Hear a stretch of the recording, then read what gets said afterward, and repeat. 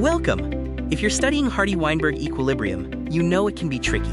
Today, we're breaking down 5 common mistakes students make. The Hardy-Weinberg principle is fundamental to population genetics, helping us understand allele and genotype frequencies in a stable population. Remember the 2 core equations. P plus Q equals 1 for allele frequencies, and P squared plus 2, PQ plus Q squared equals 1 for genotype frequencies. Most mistakes happen when converting population traits, or phenotypes, into allele frequencies. You need to know exactly what value you are given. Our first trap. You are given the percentage of the population that shows the recessive phenotype. If 9% show the recessive trait, students often assume 9% equals Q, but the recessive phenotype is actually represented by Q squared. The correct flow is to take the square root of 0.09 to find Q, which is 0.3. Then subtract Q from 1 to find the dominant allele frequency, P, which is 0.7. Trap number 2 deals with the dominant phenotype. This is where the calculation process changes. When 84% shows the dominant trait, many assume this is P squared. However, the dominant phenotype includes both homozygous dominant and heterozygous genotypes. The key here is to first subtract the dominant phenotype percentage from 1 to find the recessive phenotype, Q squared.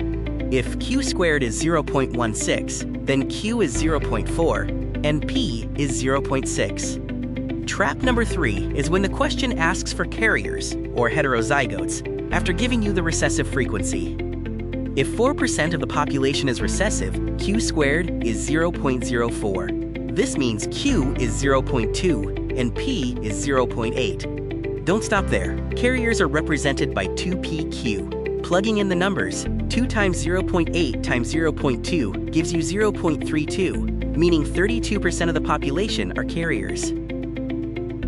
Trap number 4 involves translating frequencies back into actual population numbers.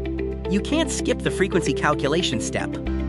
If 1% are recessive, Q squared is 0.01, giving P equal to 0.9 and Q equal to 0.1.